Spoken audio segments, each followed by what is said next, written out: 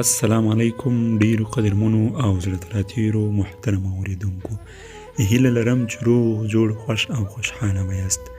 زه قلميار اشنا یم او تاسو ته مې د جوجو ناول لسمه برخه راوړې ده، په دې تمه چې تر وروستیو شېبو یې راسره واورئ. تېره برخه مو تر دغه ځایه واورېدل. کلیوال غلي وو. ملک وویل: توابه زویه، د جومات بام ته ور وخېږه. تواب پر خټینې زینو وخوت، شمال لور ته یې وکتل. دښته له شنو سپاندو ډکه وه. ورمېږ یې کوږ کړ، لمر یې سترګو ته سیخ سو. ښی لاس یې پر وریځو کېښود، په لوړ غږ یې وویل: د زړې کلا له خوا خلک را روان دي. یوه کلیوال خوله پورته ونیوله: څو کسان دي؟ نه پوهېږم، له دې ځایه سم نه ښکاري. د ګلدین کاکا تر سنځلو راتېر سول. هماغه سړي ور غږ کړل: څوک دی؟ ملک وخندل: یاره میر احمد، عجبه ساده خبره دې وکړه. لرې دي، هلک یې شمېرلی نه سي، نو څنګه به یې وپېژنې؟ نورې کلیوالو وخندل. تواب د بام پر ځای کښېناست. د توتکۍ غچا سوه. مخ یې واړوه. د جومات پر سپیکر دوې توتکۍ ناستې وې. لاندې یې وکتل. د زاړه توت څانګې پر ناستو کسانو ورغلې وې. د شنو پاڼو له چولو خیرنې خولۍ او سپین پټکي ښکارېدل. غرهاری سو. دوې ټیټ نرۍ هلیکوپترې راغلې. تکې تورې وې. دښته یې په مخه ورکړه. له خپلو سیورو سره یو ځای تلې. تواب ودرېد. چغه یې کړه: نور هم راغلل. له لاندې یوه کلیوال په لوړ غږ وویل: موټر دی؟ هو. څو دانې؟ نه پوهېږم، په دوړو کې نه ښکاري. تواب مخکې لاړ. په ځیر یې دښتې ته وکتل. د مخکیني موټر ښیښه برېښېدله، نور په دوړو کې پټ وه. تواب د بام پر دودکش مټ ولګاوه. یو دم شاته لاړ. له دودکشه سرې غومبسې راووتې. تواب په منډه له بامه کښته سو. ملک وویل: چا نه و درته ویلې؟ د تواب شونډې وخوځېدې. بمبري یعنې غومبسې وې. کلیوالو وخندل. تواب ویالې ته ور وګرځېد. یوه لاپه رڼې اوبه یې مخ ته ور واچولې. اوږه یې درنه سوه. جوجو وویل: څه خبره ده؟ تواب په بیړه شاوخوا وکتل. کلیوال لرې و. مرکه ده. هغه د چرګو پر سر د مړي کیسه؟ هو. د موټر هارن واورېدل سو. تواب په پښو ودرېد. له تنګې کوڅې 3 موټره راووتل. دروازې خلاصې سوې. ټولو سپینې او ژېړې لونګۍ تړلې وې. ملک او کلیوال مخکې ورغلل. غېږې یې ورکړې. پر لیکه هوارو توشکو کښېنستل. جوجو وویل: په دې خلکو کې مې لا د خیر کار ولید. پخلاینه ښه ده. تواب غلی و. جوجو وویل: نږدې نه ورځو؟ تواب له توت سره ودرېد. یوه کلیوال وویل: وهلکانو، اهل شابس، دا ځای ستاسو لپاره نه دی. ورسئ چای راوړئ. تواب او څو نور هلکان لرې سول. جوجو وویل: غم مه کوه، زه یې احوال درته راوړم. د تواب اوږه سپکه سوه. تواب کوټې ته ورغلی. جوجو په تاخچه کې زړېدلی سر ناست و. تواب وویل: څه وخت راغلی؟ ځواب یې وانه ورېد. تواب کمبله پر پښو ورکش کړه. اوږد پرېوت. جوجو وویل: دې ته نو انصاف نه سو ویلی. تواب کښېنست. جوجو وویل: عجب منطق. قتل ورور وکړ، په بدۍ کې خور لاړه. تواب ورو وویل: په دې خبرو پسې مه ګرځه. جوجو وخندل: نو تاسو په کومه خبره پسې ګرځئ؟ څه ته ارزښت ورکوئ؟ یو دم یې بسترې ته ور ټوپ کړل. دیوال سپینې رڼا ونیو. جوجو وویل: دلته مې ځینې یاداښتونه لیکلي دي. 1544 کال د تور ستوري 12مه. غلی سو. تواب ته یې وکتل. وی ویل: ستاسو په حساب د 1492 لمریز کال د ثور 2مه راځي. غوږ شه، د همدې ورځې یو یاداښت درته لولم. تیاره وه. پر پاخه سړک مې څو مږکان ولیدل. ورغلم. له موټرو د غنمو لوېدلې دانې یې ټولولې. یوه مږک ته مې وویل چې موټر به مو ووهي. را یاده یې کړه چې بېغمه اوسه، امنیت خراب دی. له ماښامه وروسته موټر نسي راوتلی.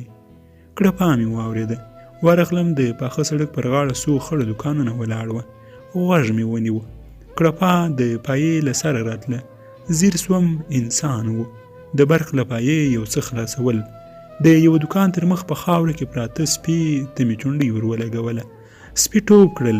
لرې ودرېد. په وارخطایي یې وویل فکر مې وکړ چې انسان دی. بیرته خپل ځای ته راغلی.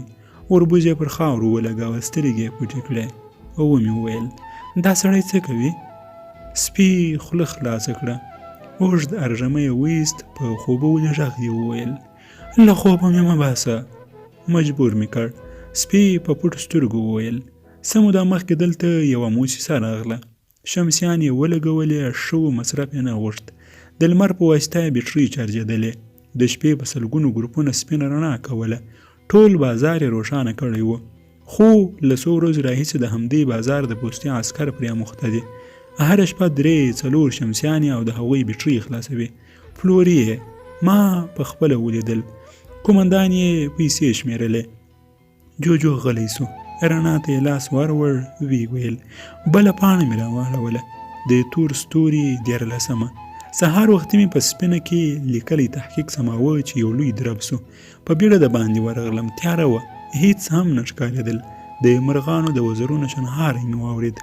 پورته وختم، څو وارخطا هیلۍ مې ولیدې. یوې ته مې د درب یادونه وکړه.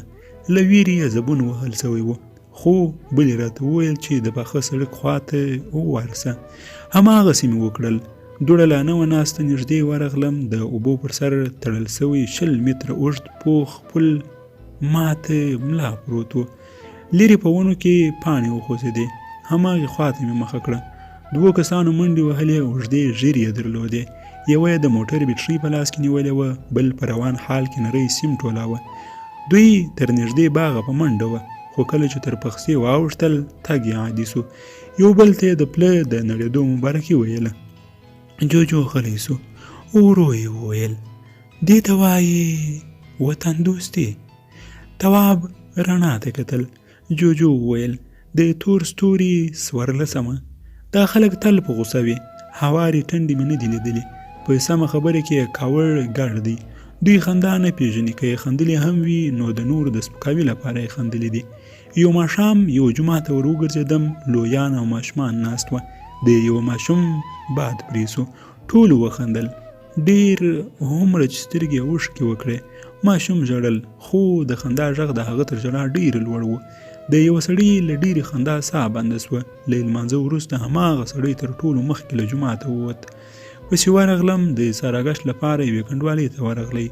هوا یې دومره خرابه کړه چې په کنده کې د ناست ملخ زړه وچاودېد. خو ده ونه خندل. برعکس قواره یې جدي ښکارېده. بله ورځ یوه ښځه له خرې ولوېده. پر ړنګه ونه ناستو کسانو له ډېرې خندا خپلو تشو ته لاسونه نیولي وو. په هماغه مازدیګر مې په یو بل کلي کې ډله ځوانان ولیدل. نږدې ورغلم. په یوه لیوني پورې پلاستیکي خلطه غوټه کړې وه. لکۍ یې ورته ویله. د خندا له لاسه په هماغه خوا مرغۍ نه ورتلې. پر اخوره ولاړه خره هم خندل. خو د هغه خندا منطقي وه. خره د انسانانو په سادهتوب پورې خندل. جوجو غلی سو. تواب ته یې وکتل. ویې ویل کوم کار مو سم دی؟ تواب وچې سترګې ورته نیولې وې. جوجو وویل خپلو یادداشتونو بله برخه به درته ولولم. یوه ورځ یو څه لرې لاړم. د وهل سویو ځنګلونو په اړه مې تحقیق کاوه. سوی او ګیدړه مې وغږول. ویل یې چې د اوسېدو ځای نه دی ورپاتې. غرونه لوڅ سول. انسانانو ټولې ونې خرڅې کړې. د سیړۍ د یو سپېره نیالګي پر شاخ کښېناستم. لاندې د سیند اوبه له لویو ډبرو سره لګېدلې. شڼهاری یې خوت. ناڅاپه مې یوه پېغله ولیده. سر یې لوڅ و. په منډه کې تور ویښته یوې بلې خواته کېدل. یو ځای ودرېده. شاته یې وکتل. لویې ډبرې ته یې ولې ولګول. نږدې ورغلم. لوڅو پښو یې په تېرو ډبرو د وینو څاڅکې پرېښې وه. نجلۍ تېزه تېزه ساه وهله. باد یې تور ویښته پر سپین مخ راوستل. نجلۍ پر مخ لاس تېر کړ. خوله یې هم پر شونډو په پرته وینه کې څو تور ویښته سرې شوه. ناڅاپه ډز سو. له ډبرې وړه ټوټه بېله سوه. نجلۍ منډه واخیسته. خو په دوهم ډز ځای پر ځای ودرېده. زنګنونه یې پر وړو ډبرو ولګېدل. له ولیو څخه یې وینو داره وکړه. ړنګه سوه. خړې ډبرې سرې سوې. شاوخوا مې وکتل. 2 ځوانانو منډې راوهلې. یوه یې ټوپک درلود. نږدې راغلل. د ټوپک له نلۍ څخه د سوځېدلو باروتو بوی ته. مړه نجلۍ یې تر لاسو او پښو ونیوله خړو اوبو ته یې ورخوشي کړه. پسې ومې کتل تر یو څه ځایه روانو زګونو تور ویښته ورسره وړل، وروسته ډوب سول.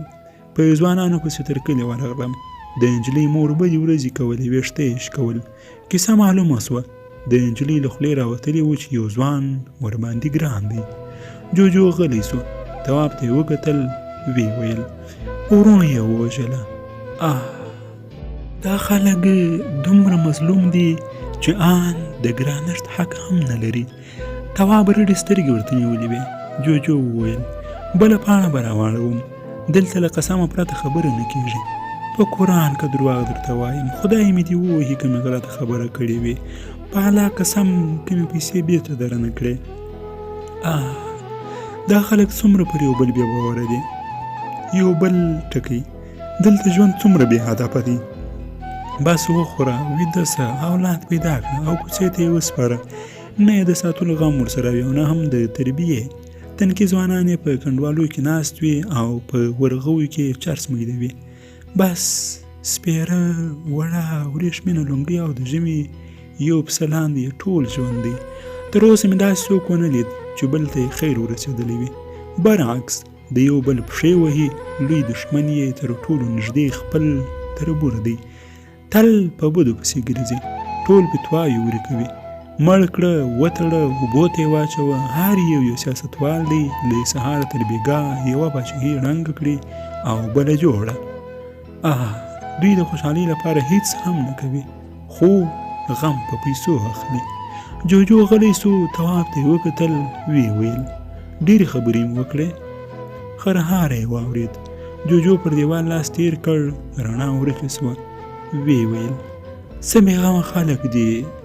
ورک سو. ارمه تواب د کچالو جیوې ته اوبه ور پرېښودې. پر پوله ورته کښېناست. پزه یې کش سوه. جوجو وویل دهقان مو زوړ دی، مرستې دې خوشحاله کړم. د تواب تندی تریو سو. هغه ته یې ځواب ورکړ ولې؟ پرون مې پلار د وړو کندو بې ځایه کاوه. دهقان ته یې احوال ور ولېږه خو هغه ویل چې ناروغه دی. ډېرو قدرمنو او زړه ته راتېرو محترمو لیدونکو، د جوجو ناول لسمه برخه پر همدغه ځای پای ته ورسېدل. تاسو ټول د ښه شپه ښه خوبونه غواړم. د خدای جل جلاله په